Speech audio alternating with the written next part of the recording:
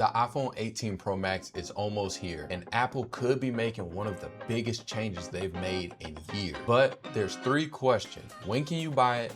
When do pre-orders start? And what is actually changing? Here's everything we know so far. So right now, Apple is expected to unveil the iPhone 18 Pro and the iPhone 18 Pro Max at its September event. Some predictions are saying that it's gonna be released on September 9th, but some people are saying it's gonna be September 8th. After the announcement, pre-orders are expected to begin on September 11th, with the phones potentially hitting doorsteps and stores on September 18th. But here's where things get interesting. Apple reportedly isn't launching their whole iPhone 18 lineup this fall. The 18 Pro and the Pro Max are expected to be released this fall, while the 18 and the 18e are expected to be released next year in 2027, as well with a potential iPhone Air. This pretty much means that the iPhone Pro Max will potentially be the main phone this fall. So pretty much what's new about the phone? First, you shouldn't expect a completely redesigned phone, especially from the 17, but Apple could be making the dynamic island on the top of your phone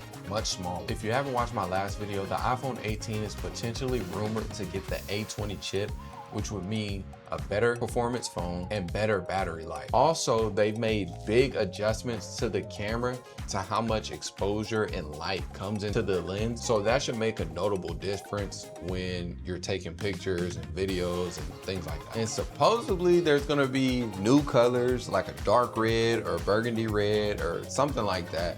But these are all rumors, so we'll just have to wait and see. So here's the lineup. September 9th, the announcement. September 11th, the pre-orders. September 18th, the release. All rumored to be, and with the Pro models being the lineup for this year in the fall, that just may be the phone to look out for. Let me know in the comments if you guys are gonna get the iPhone 18 Pro Max, or are you gonna wait to get the iPhone 18 in the spring?